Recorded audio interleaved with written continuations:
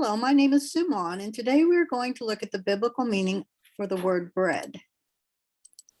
Bread means Yeshua or the Word of God. So let's look at some scriptures which show this. The first one we're going to look at is John 6:48. I am the bread of life. Ani hu lechem hachaim. I am he that is life bread.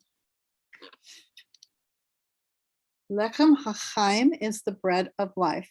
So this is pretty straightforward. Jesus said he is the bread of life. Let's look at John 1:14. And the word became flesh and dwelt among us, and we beheld his glory. Hadavar nehye basar v'shachan betuchenu. The word became flesh and neighbored among us. What was the word that became flesh? Yeshua. Now we have 4 other verses that we will look at. If you'd like, you can stop the video here and look at it yourself and see what you think about the meaning of bread in these verses, and then we'll go on. So John 6:33 says, "For the bread of God is he who comes down from heaven and gives life to the world, like the manna in the wilderness." So God provided a way for nutrition and sustenance, and that's what he did when he provided Yeshua. John 6:35 says, "And Jesus said to them, I am the bread of life. He who comes to me shall never hunger, and who believes in me shall never thirst."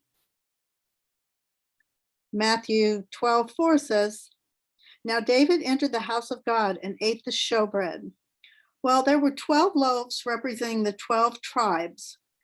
And this represented the fact that God promises that he will take care of his people. He will provide for them. He will save them and provide a provision for salvation, which Yeshua did when he became the bread of life. Then we have Proverbs 12:9. "Better is the one who is slighted but has a servant than he who knows himself but lacks bread." So this is not really talking about bread like the bread you eat, but the word of God. So he's honoring himself, but he doesn't really understand the word of God. So he really has little wisdom.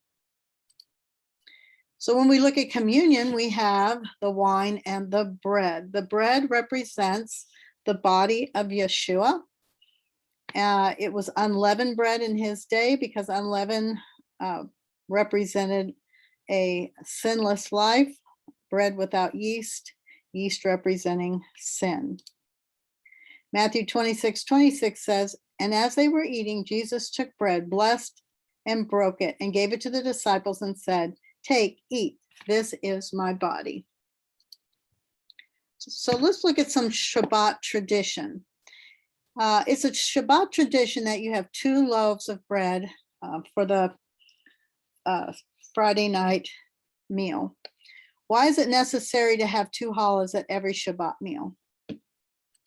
Well, the Jewish rabbis say it is to commemorate the fact that the Jews in the desert received a double portion of manna every Friday in honor of Shabbat. So they would have to go out and they would have to get 2 buckets of manna to provide for them on the next day, Shabbat, because they weren't to work on Shabbat.